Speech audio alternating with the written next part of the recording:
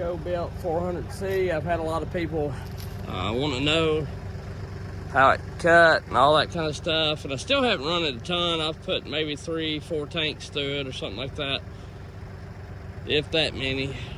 Charles, he didn't do but like 2 cuts with it, just what you've seen on his video. So anyway, it's still got a little bit to break in, but it's a stout running saw. And keep in mind, you know, this is his work build. It's not going to be like that crazy when he shows on his channel, you know, like his race saw or whatever. And I didn't want that. I wanted a work build. And as far as a work build, this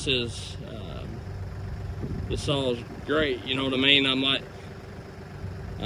only saying all that. I'm not trying to say it because the saw is weak or nothing like that. I'm just saying it that way people don't watch my video and then go over to his channel and be like, well, there's no way he's putting out a 400 that makes that much power or whatever. 2 totally different builds. So he built mine for work. He built his personal one for play. He told me up front that, you know, I wouldn't be getting a saw like that. Could he have built it like that? Yes, he could have, but he wanted to build me something that lasts and ran good.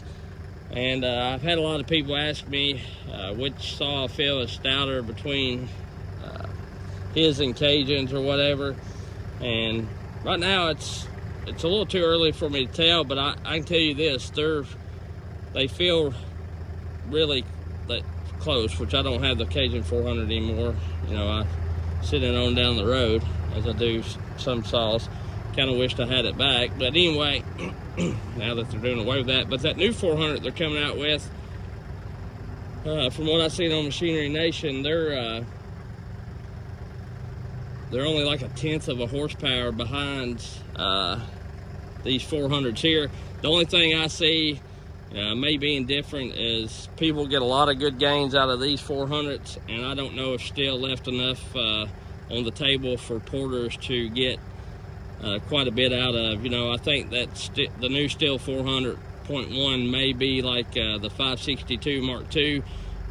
You know, you can get a little more compression out of it, but from the factory they got the numbers running pretty hot. So I feel like that may be what they done with that new 400.1. Put pretty hot numbers in it from the factory, but I don't know. Let me pause y'all and I'll be right back. All right, I'm back. I'm glad iPhone finally, that new update finally lets you pause the dadgum video. But anyway,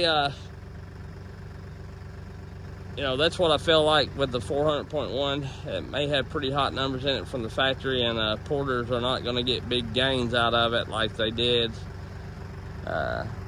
this saw. And I may be totally wrong. That's just my assumption. I know if you're interested in it, Machinery Nation has some pretty good videos on it. But anyway, that's just my thoughts and opinions, and you know what they say about that.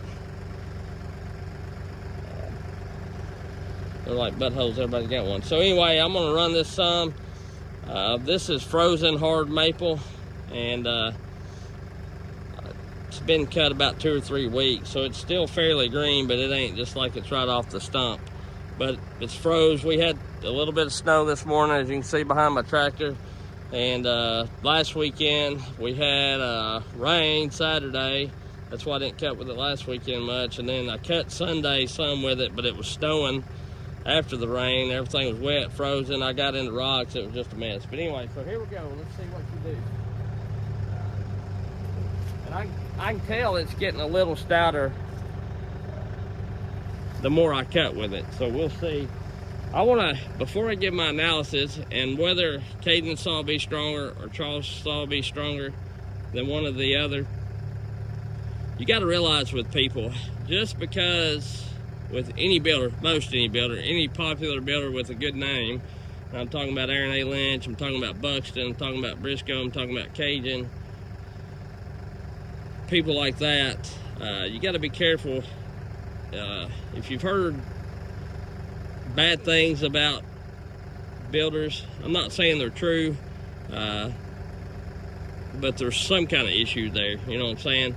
And I'll tell you this, everybody that's ever built me a saw that I put on this channel does good, honest work, and they get your saw back, or I wouldn't be putting them on the channel. So, and some people I don't showcase as much because they only build for buddies and for themselves. They don't do it for the public. That's why I push Buxton and Aaron A. Lynch so much. They build a really, really good saw, and they do it for the public. Buxton has a website, and I'm not saying these other guys that have websites don't do a good saw, but I'm saying for the money and for my style of cutting, I like a saw with torque for felling these hardwood trees. That's why you see a lot of guys running a 90cc saw with a 2-foot bar that's stock, you know. And I like that. I don't like to have to baby it in the cut and worry about if I move it a little too fast, it's going to lock up. So anyway, lock the chain up. So one thing to remember is all these builders can build stouter saws if they wanted to, but they're building a work saw and trying to get longevity out of it. And every one of them has a little bit of a different opinion on what that may be. So you may have some saws that run a little better, some saws that is not quite as fast or whatever, but unless you're racing them, I'm talking about there's tenths of seconds between them or something, you know, so it's not like it's that huge of a deal. But anyway,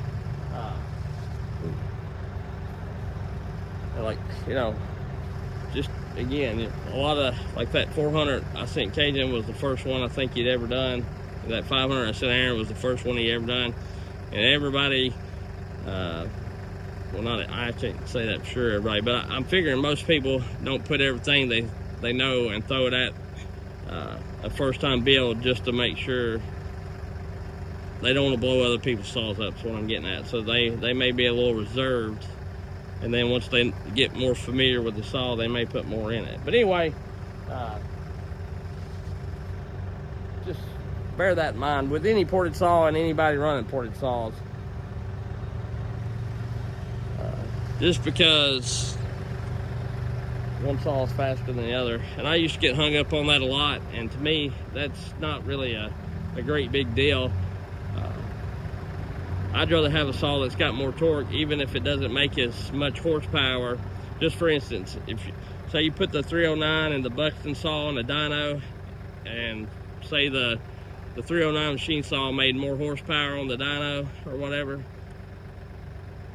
I'd still rather run the Buxton saw because it is more torque, you know. So it all depends on what you're doing. If I was cutting softwood, then I'd still want torque, but I'd rather have a little more chain speed, you know. So